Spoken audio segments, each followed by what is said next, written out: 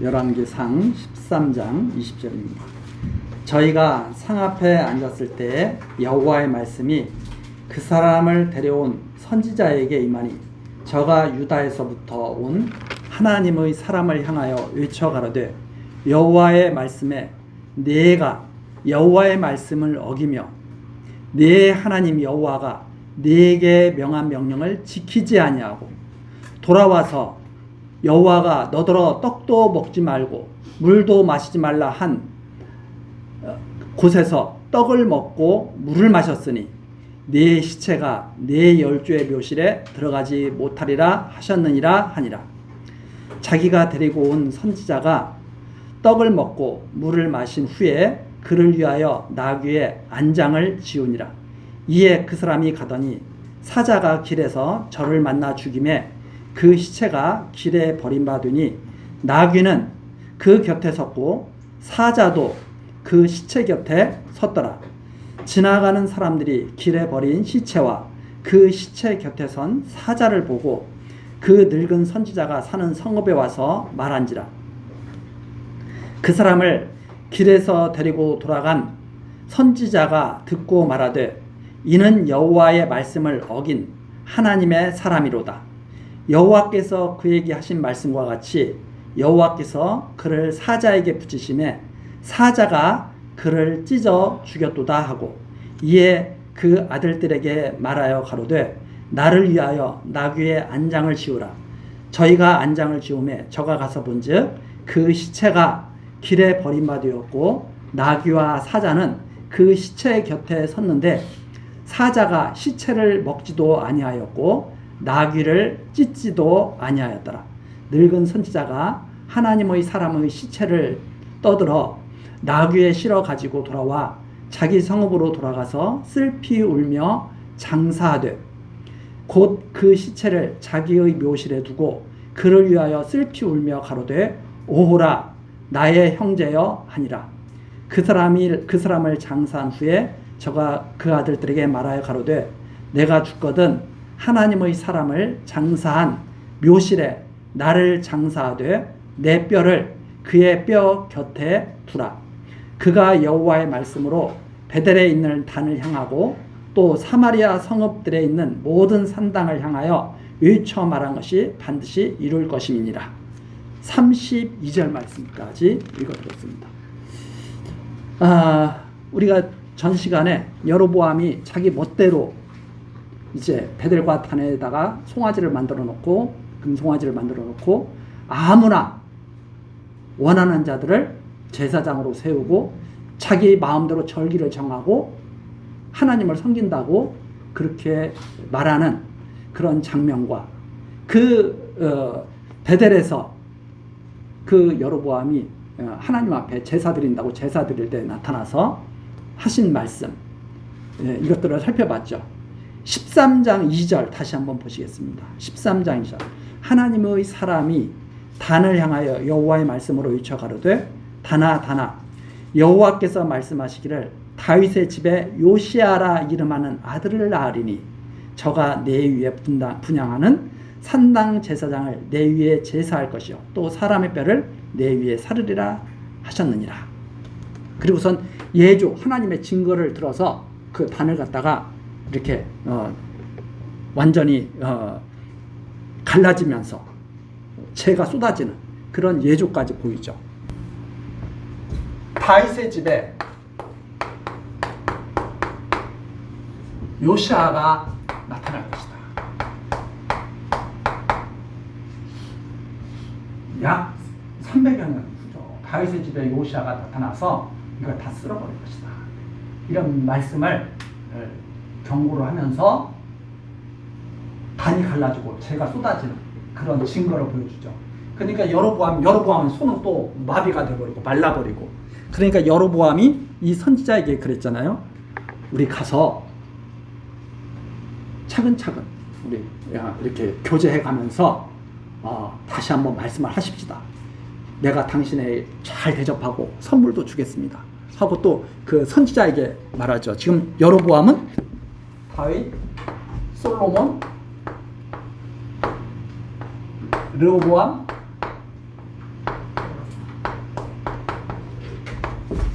여로보암이죠. 이 여로보암이 선지자를 잘 대접하는 것처럼 이렇게 말하니까 선지자가 여호와의 말씀에 너는 이 말씀만 선포하고 거기서 속히 나와. 똑같은 길로 다시 행하지 말고 다른 길로 해서 돌아와.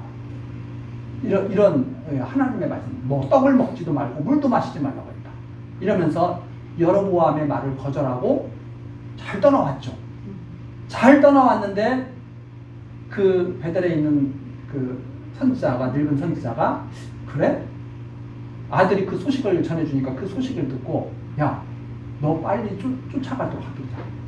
해가지고 어느 쪽으로 갔느냐 해가지고 쫓아가서 그 다른 길로 돌아가던 그 선지자를 딱 만나게 된 거잖아요. 만나게 됐는데 그 선지자를 속였어요. 왜 이렇게 빨리 가느냐? 여호와의 말씀이, 나도 선지자인데 여호와의 말씀이 내게 임한다.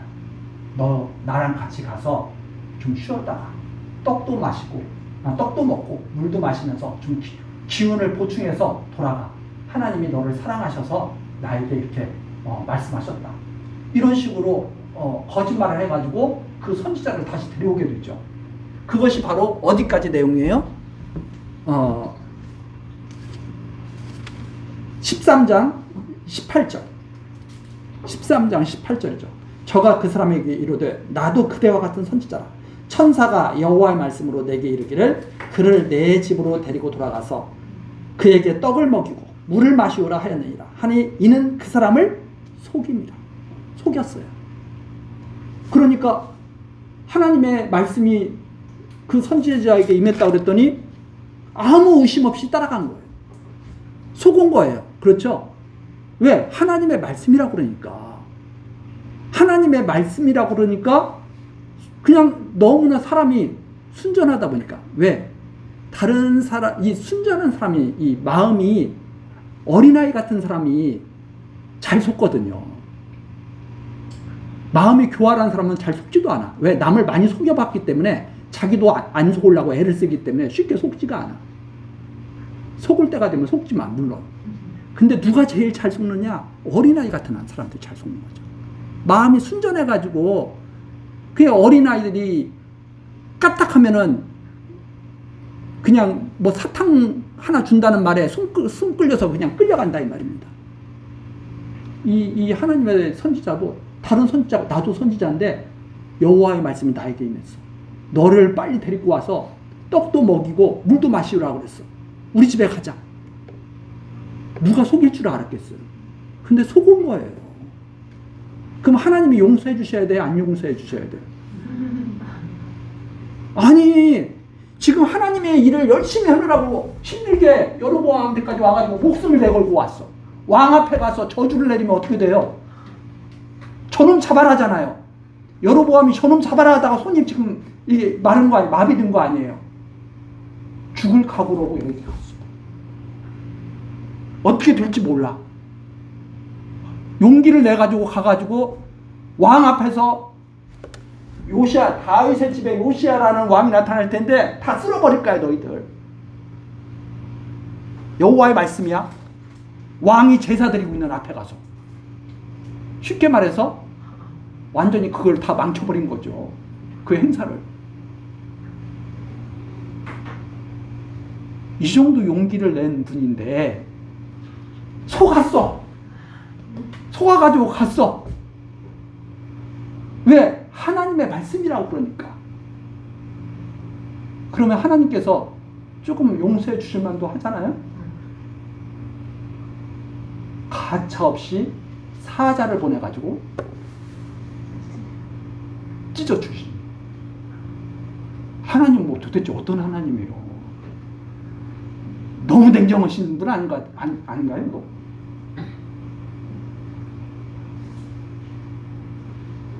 이런 하나님이 있을 것 같아요? 없을 것 같아요?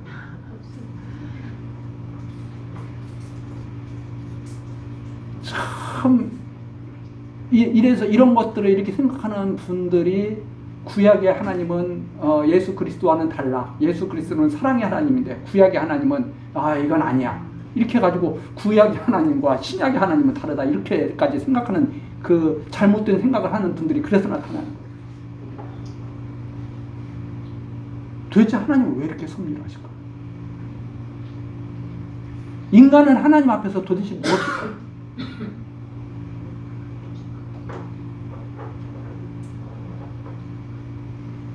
사자가 나타나서 이 하나님의 말씀을 제대로 수행하지 못하고 떡과 물을 마신 그 선지자를 가차없이 사자로 하여금 찢게 만드십니다. 그런데 또 희한한 사건은 그 사자가 사람을 죽였으면 도망가야 되잖아요. 나귀는 그대로 두고, 나귀는 그대로 두고 사자도 그대로 서 있고 죽은 선지자도 그대로 있어. 그걸 사람들이 다 보게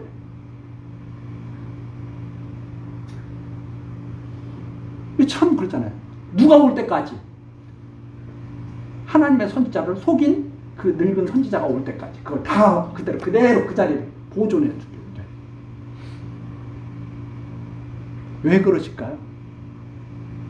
그 이유는 32절입니다. 32절입니다. 그가 여호와의 말씀으로 베델에 있는 단을 향하고 또 사마리아 성읍에 있는 모든 산당을 향하여 외쳐 말한 것이 반드시 이룰 것이다. 이 여로보암에 대한 그리고 사마리아에 대한 이 하나님의 말씀이 반드시 이룰 것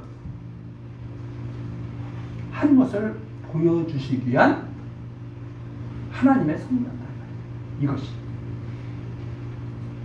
그러니까 이 성경이 무엇을 보여주느냐? 언약하신 대로 반드시 이루시는 여호와가 살아계신 것을 확실하게 사건. 그러면 사람들은 그렇게 생각을 해요. 아니, 하나님이 너무나 무자비하신 거 아닌가? 다른 방법을 쓸 수도 있지. 왜 꼭 이렇게 이런 방법만 쓰셔야 돼?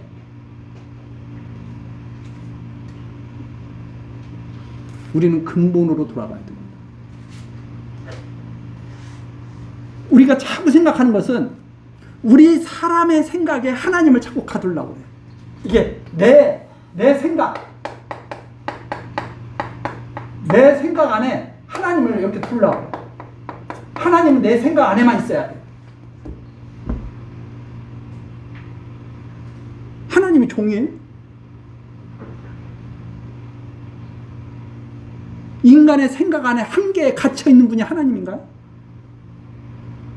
아니죠. 하나님의 말씀 안에 우리가 있는 거죠. 그래서 우리들은 자꾸 이렇게 생각을 합니다. 하나님은 그 사자에게 찢겨 죽인 선지자를 위해서 존재해야 되는가? 아니죠. 그 죽은 선지자가 하나님을 위해서 존재해야 되는 거죠. 하나님을 위해서 죽어야 되는 거죠. 사람들은 내가 하나님을 위해서 살고 내가 하나님을 위해서 죽는 존재라는 사실을 인정하기 싫어하죠. 왜냐하면 나를 위해서 하나님이 존재해야 되는 거죠. 내가 하나님을 위해서 존재하는 게 아니라 내가 사는 것도 하나님이 내가 사는 것을 위해서 존재해야 되고 다 그런 식으로 생각하는 거죠. 내가 사는 것, 내가 죽는 것 다 하나님을 위해서 살고 하나님에서 죽는다는 사실을 인정하기를 싫어하는 거죠. 그래서 가룟 유다, 예를 들어서 그리스도 이 그리스도께서 계실 때 2000년 전에 이 가룟 유다가 있었잖아요. 예수님이 가룟 유다에 대해서 그렇게 말씀하셨죠. 너는 태어나지 않았으면 누가 해? 너에게 참 죽을 뻔했다. 근데 태어난 것은 누구를 위해서 태어난 거예요? 하나님께서 악한 일을 하라고 태어난 거예요. 그러면 가룟 유다가 있을 때 또 누가 있어요? 베드로가 있어. 예를 들어서 베드로 사도가 있어요. 이 베드로는 그리스도를 딱 만나고 나서 주는 그리스도시요 살아계신 하나님의 아들입니다. 고백을 하는 사람이면 또 이 사람은 이게 동시대에 이렇게 다 존재를 했지만 각자 맡은 일이 다 달라요. 누구의 뜻인가요?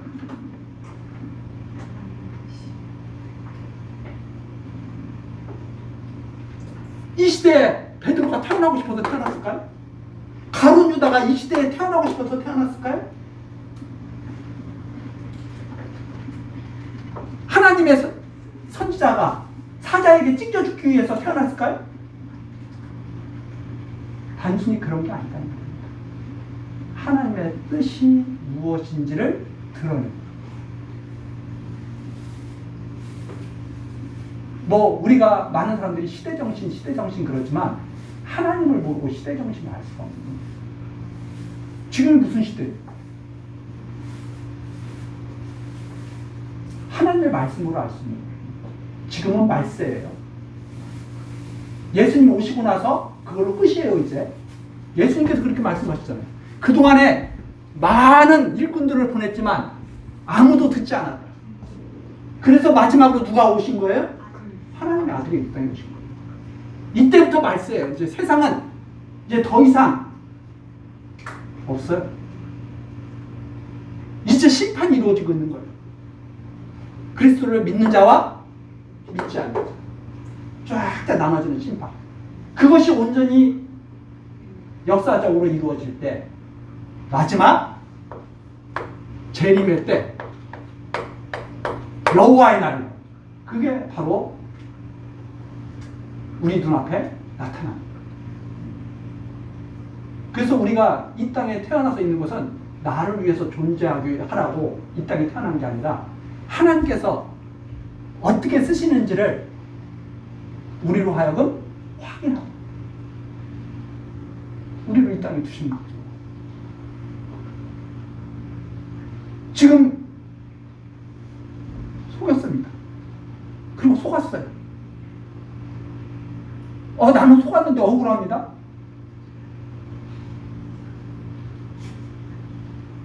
말이 안 된다. 하나님의 말씀을 자기가 직접 확인하지 않는 거죠. 듣지 않은 거잖아요. 하나님의 말씀을 듣고 확인을 해야죠. 그런가 그렇지 않냐가 생각을 해야죠. 예수님의 말씀을, 예수님이 사단도 와서 그러잖아요. 40일 동안 금식하셨는데 사단이 와가지고 돌들로 떡덩이가 되게 하실 수 있죠. 충분히. 안 하시죠. 왜? 하나님의 말씀을 제대로 아시는 분이니까. 하나님의 말씀을 모르면 자기가 속아요. 예수님께서 그렇게 말씀하시죠. 소경이 소경을 인도한다. 그러면 어떻게 돼요? 둘 다 빠집니다.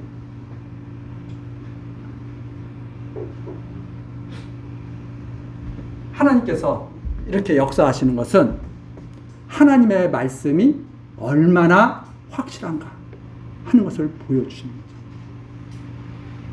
하나님의 말씀은 그대로 이루어집니다. 그래서 이 말씀을 떠나서는 아무런 자비를 얻을 수가 없습니다. 예수 그리스도를 믿음으로 말미암아서 우리가 구원 얻는다. 그 길을 떠나면 제가 속아서 그랬습니다. 안 통한다 이 말입니다. 왜? 하나님의 말씀을 제대로 듣지 않습니까? 하나님의 말씀을 잘 듣고 그러한가 그렇지 아니한가 계속 살피면서 하나님께 간구하는 그런 삶, 은혜 속에 살기를 바라는 그러한 삶이 성도들에게 그게 마땅히 이루어져야 할 삶이죠. 왜 남의 말을 멋대로 들었고 멋대로 해석을 해요?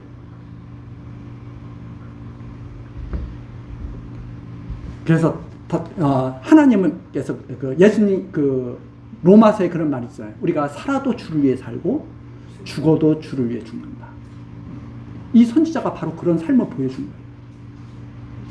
이 선지자는 억울한 죽음을 당했다. 우리 사람의 입장에서는 그렇게 생각할 수도 있겠지만 하나님의 뜻을 확실하게 드러낸 거예요. 이 선지자의 죽음을 통해서.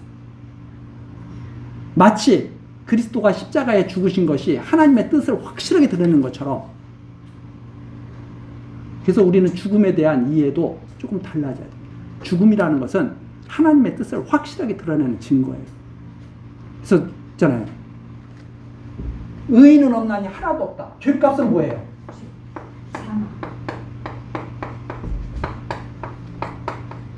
우리 죽음이라는 것은 우리가 죄인이라는 것을 확실하게 드러내는 증거이기도 하는 겁니다. 근데 사람들이 이 죽음을 그렇게 깊이 생각하려고 했잖아요. 사는 것에만 관심이 많고 내가 어떻게 살다가 어떻게 죽을까, 이건 별로 생각을 하지 않죠. 내가 죽음을 맞이했을 때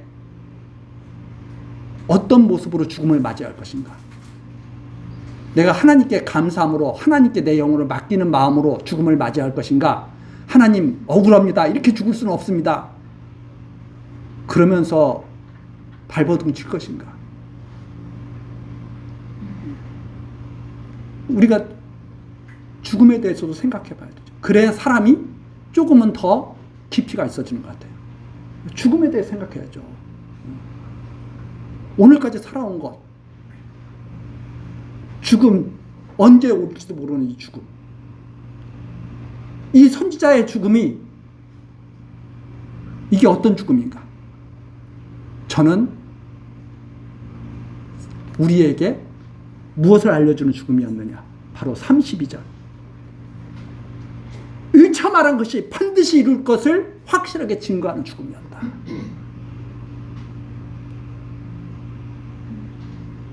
그래서 이 사건은 이게 우리들로 하여금 다시 한번 하나님의 말씀의 어미성, 그 하나님의 말씀이 얼마나 빈틈없이 철저히 이루어져 가는가 하는 것을 다시 한번 확인하고, 하나님이 정말 이렇게 다윗의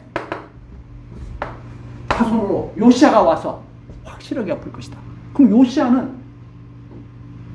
이 시대에 태어나야 돼. 그래서 할 일은 뭐예요? 하나님의 말씀대로 다 뒤집어엎는 거예요. 태어나기도 전에 이미 하나님이 정하신 지. 그래서 요시아는 이 시대에 태어날 왕이에요. 할 일도 이미 정해져 있어. 그것을 통해서 우리에게 지금 말씀드려요. 반드시 이루어질 것이다.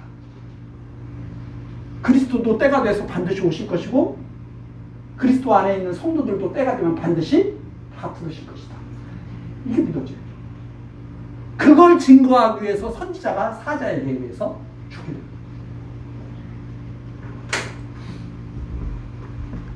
거기까지가 바로 32절까지 말씀입니다. 그 다음에 33절이죠. 여로보암이 이 일 후에도 그 악한 길에서 떠나 돌이키지 아니하고 당시 보통 백성으로 산당의 제사장을 삼되 누구든지 자원하면 그 사람으로 산당의 제사장을 삼았으므로 이 일이 여로보암 집에 죄가 되어 그 집이 지면에서 끊어져 멸망케 되니라. 자, 여기 또 마찬가지입니다. 33절에 보니까 여로보암이 이 일 후에도 그 악한 길에서 떠나 돌이키지 아니하고, 무슨 소리로 들려요? 야, 돌이켜야 돼. 너 빨리 돌이켜야 돼. 왜? 이렇게 확실하게 사자, 나귀, 그 선지자, 사자에게 찢겨 죽인 선지자 다 증거 가지고 했는데 왜 안 돌이켜? 너 돌이켜야 돼. 근데 여로보암은 안 돌이켰어. 그러니까 망하지. 이렇게 해석하기가 쉽지. 근데 저는 그렇게 해석하지 않습니다. 봐라, 하나님의 말씀이 그렇게 임했는데도 여로보암은 끄떡도 하지 않지 않습니다. 생각해보세요. 여로보암이 갑자기 회개를 했어. 그래가지고 하나님을 다윗처럼 잘 믿게 됐어. 요시아는 어떻게 돼? 요시아는 어떻게 돼? 태어나려고 하다가 하나님께서 야, 안 되겠다. 너 요시아는 태어나지 마. 그렇게 하시겠어요? 제가 그래서 하나님의 말씀을 보는 시각을 바꿔야 된다. 선악을 알게 하는 나무의 열매를 먹으면 정령 죽으리라. 뭐 절대 먹으면 안 돼. 절대 먹으면 안 돼. 하나님 저 먹지 않았습니다. 하나님 대단하죠. 이렇게 하라고 그 말씀이 있는 게 아니다. 먹으면 정령 죽으리라는 말씀이 이루어진 것을 보게 하려고 그 말씀이 있는 거다. 그래서 제가 회개를 뭐라고 해요? 회개.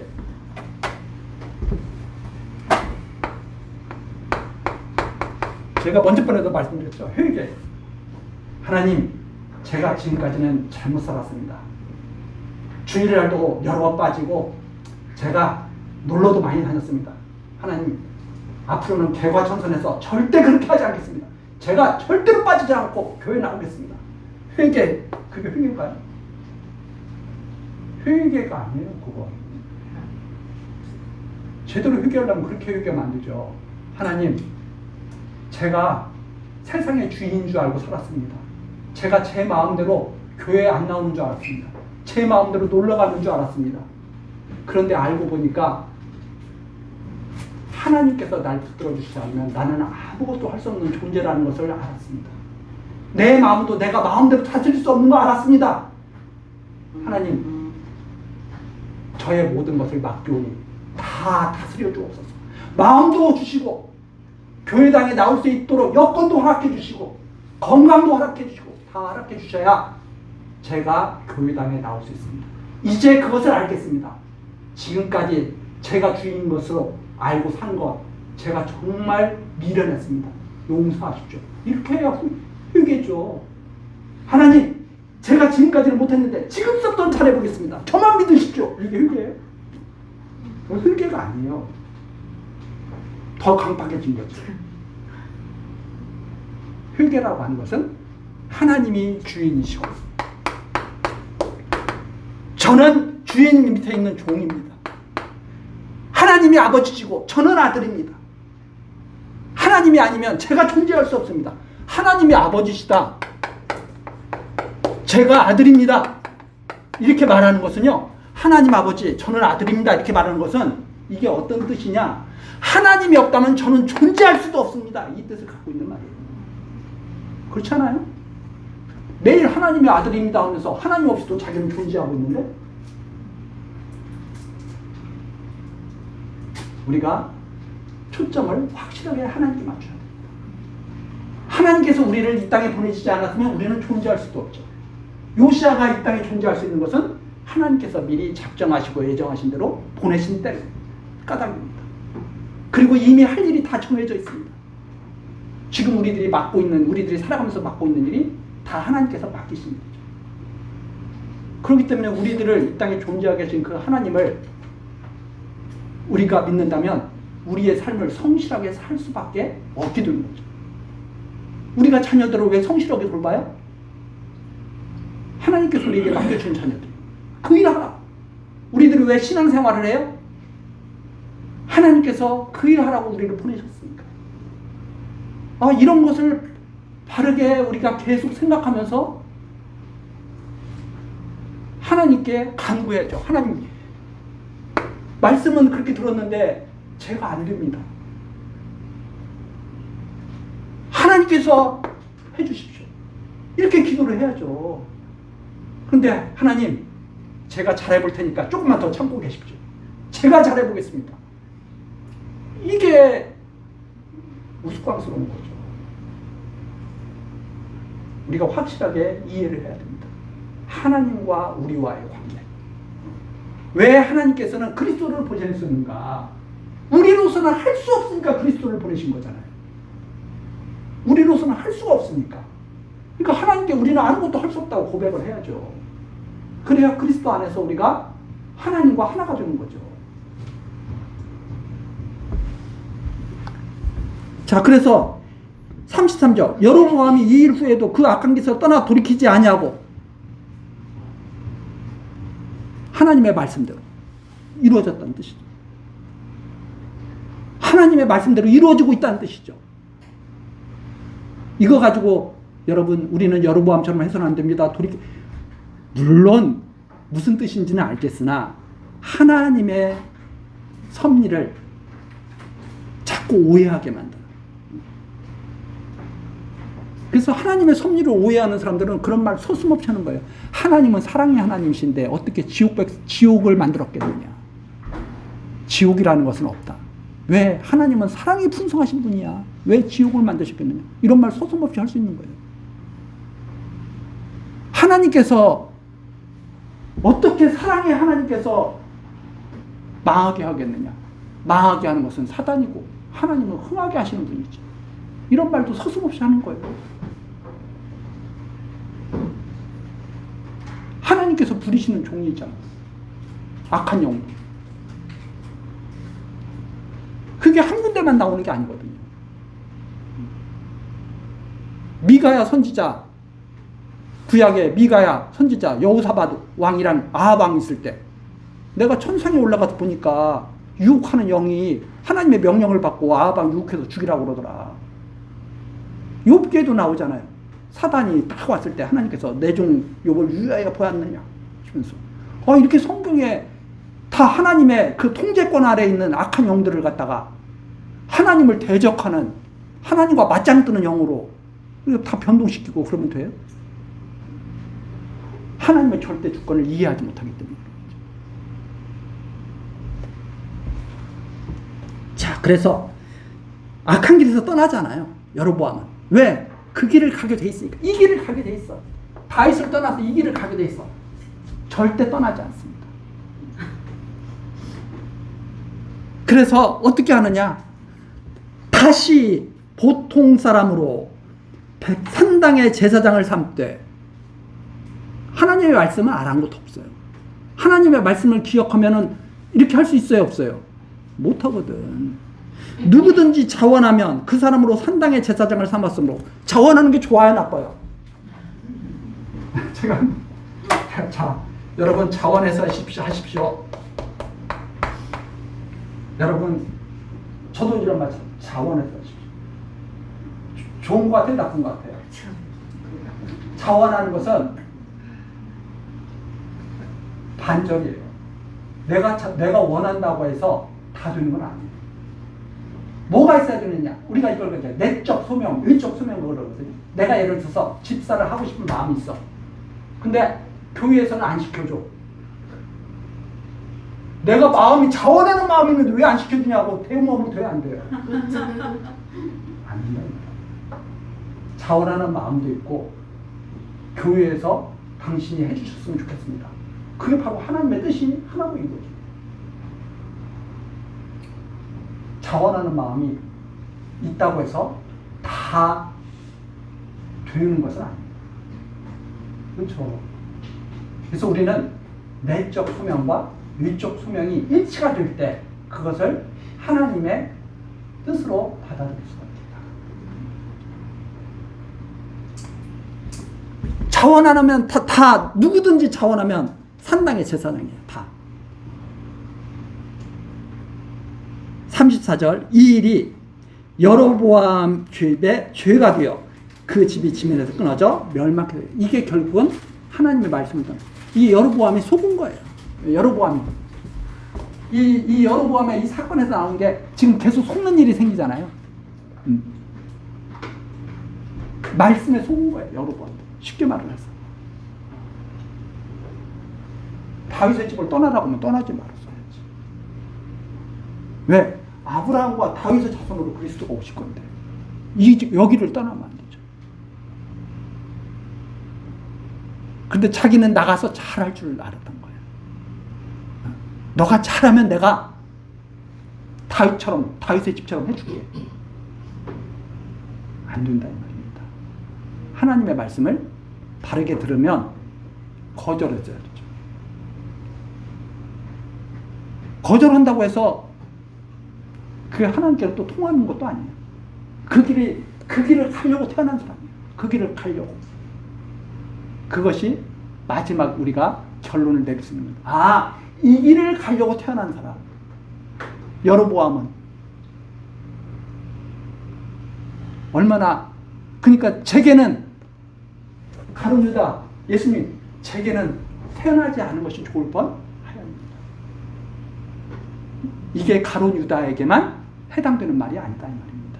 이 세상 살아가는 많은 사람들 중에서 어떤 사람들한테는 야, 너는 내게는 태어나지 않는 것이 참 좋을 뻔했다 하는 말씀을 듣게 됩니다. 그러나 하나님께서 사랑하시는 자들은 이 땅에서 많은 고난을 당할지언정 태어난 것이 얼마나 복된 일인지 모르죠. 이 땅에 태어나서 하나님의 행사를 보고 찬양할 수 있는 그런 삶을 살아가게 됩니까? 자, 그 다음에 14장으로 넘어갑니다.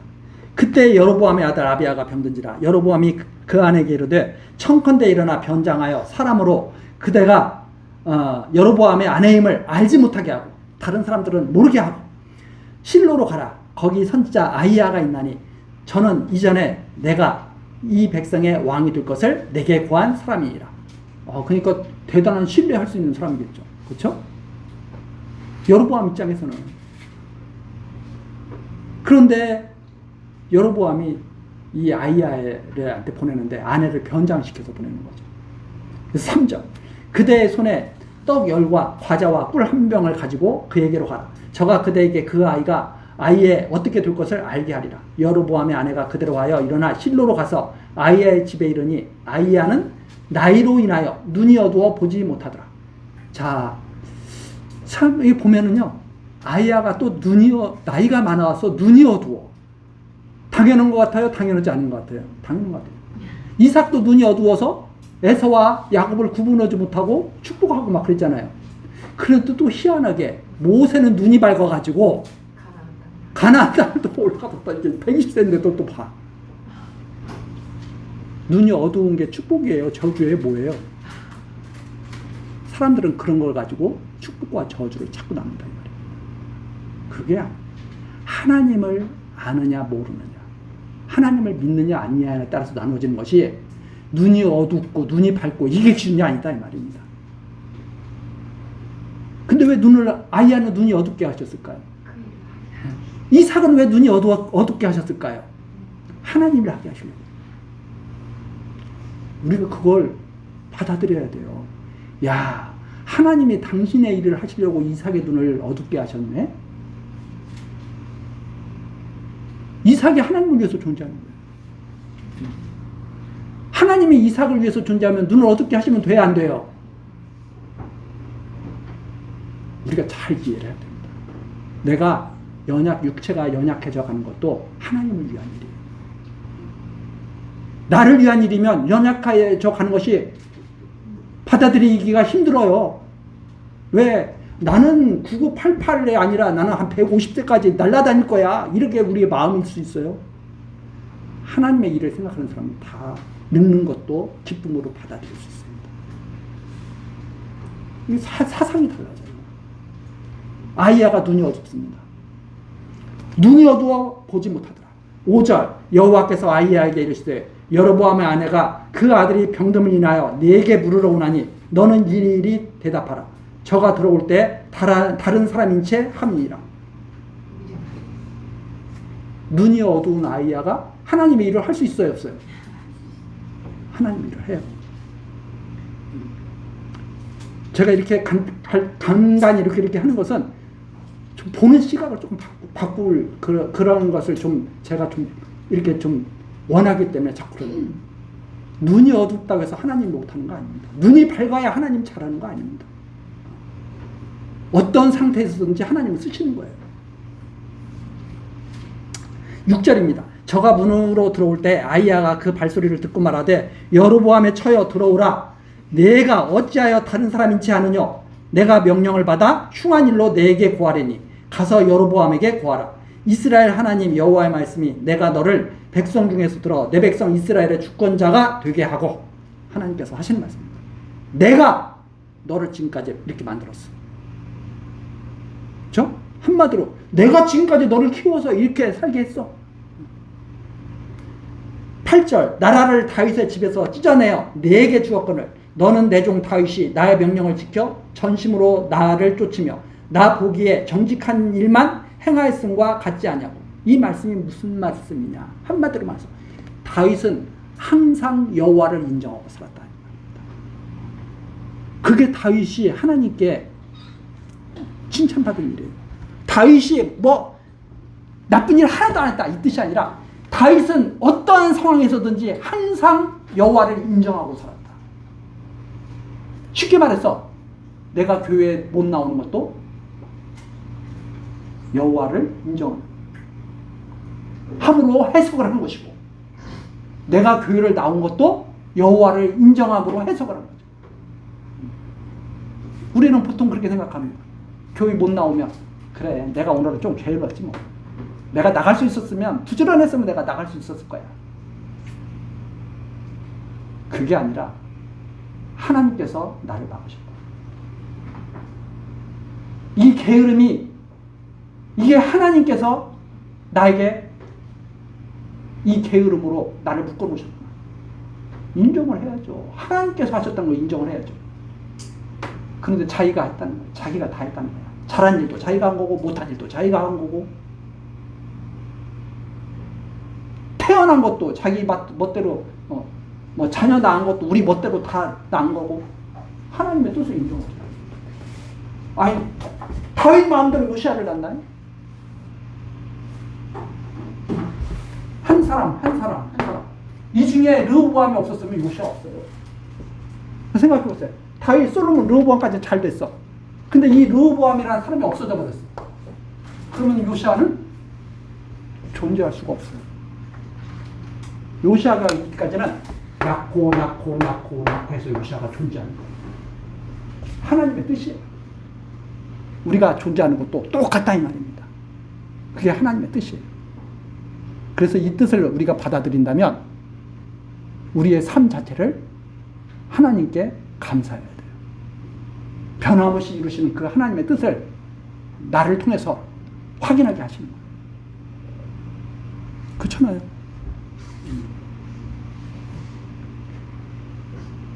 내 종 다윗이 나의 명령을 지켜 전심으로 나를 쫓으며 항상 모든 일에 하나님 여호와를 인정하면서 정직하게 해서 그렇게 살았다.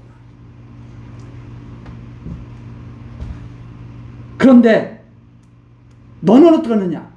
9절 여로보암 너는 너의 이전 사람들보다 악을 행하고 가서 너를 위하여 다른 신을 만들고, 항상 누구를 위해서 살아요? 자기를 위해서 살아. 너를 위해서 우상을 부어 만들고 나의 노를 격발하고 나를 내 등 뒤에 버렸느냐. 하나님을 앞으로 두고 하나님을 바라보고 사는 게 아니라 하나님 등 뒤에 가 있어. 내가 바라볼 대상이 아니야. 하나님. 다윗은 하나님을 항상 앞에 모시고 살았고, 이게 여로보암이죠. 그래서 10절 그러므로 내가 여로보암의 집에 재앙을 내려 여로보암에게 속한 산에는 이스라엘 가운데 매인자나 노인자나 다 끊어버리되 거름을 쓸어버린 같이 여로보암의 집을 맑게 쓸어버리지라. 마치 아끼지 않고 오물 청소하듯이 깨끗하게 쓸어버리겠다는 말입니다. 이게 다윗의 집을 떠난다는 말이 어떤 의미를 갖고 있는지 우리는 이해를 해야 됩니다. 아브라함과 다윗의 집을 떠난다는 말은요, 하나님의 은혜를 떠난다는 말이에요. 그리스도를 떠난다는 말이에요. 그 하나님의 은혜를 우습게 여긴다는 말입니다. 말갛게 쓸어버리겠다. 마치 거름덩이처럼 여기겠다. 11절 여로보암에게 속한 자가 성에서 죽은 즉 개가 먹고 들에서 죽은 즉 공중의 새가 먹으리니 이는 여호와가 말하였음이라 하셨나니 너는 일어나 내 집으로 가라. 내 발이 성에 들어갈 때에 그 아이가 죽을지라. 온 이스라엘이 저를 위하여 슬퍼하며 장사하려니와 여로보암에게 속한 자는 오직 이 아이만 묘실에 들어가리니. 이 아이가, 이 죽은 아이가 오히려 축복받은 자예요. 이는 여로보암의 집 가운데서 저가 이스라엘 하나님 여호와를 향하여 선한 뜻을 품었습니다. 이 여로보암의 아들 14장 1절 이 아비야가 여로보암의 집에 태어났는데 하나님을 향해서 선한 뜻을 갖고 있는 아이예요. 하나님이 일찍 데려가 버리십니다.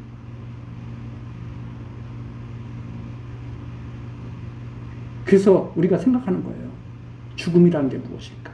언제 죽는 것이 좋은 것일까? 내 뜻대로 죽는 것일까? 하나님의 뜻대로 죽는 것일까? 깊이 생각. 하나님께서 우리가 생각했을 때는 병들어서 일찍 죽었어. 좋아요, 나빠요? 여기를 보니까 이 아이만. 왜? 저가 이스라엘 여호와를 향하여 선한 뜻을 품었습니다. 우리 다음 시간 이 뒤 내용 계속 같이 살펴보도록 하고 오늘 여기까지 하시겠습니다. 기도하시겠습니다.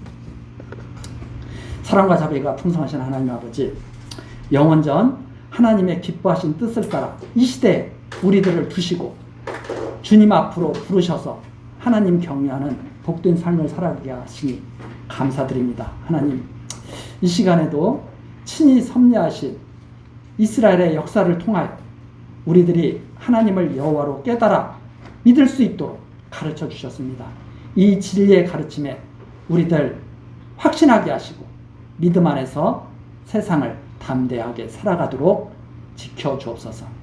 하나님께서 끝날까지 우리들과 함께 하시며 인도해 주실 것을 소망하고 믿사오며 예수 그리스도의 이름으로 기도드리옵나이다. 아멘.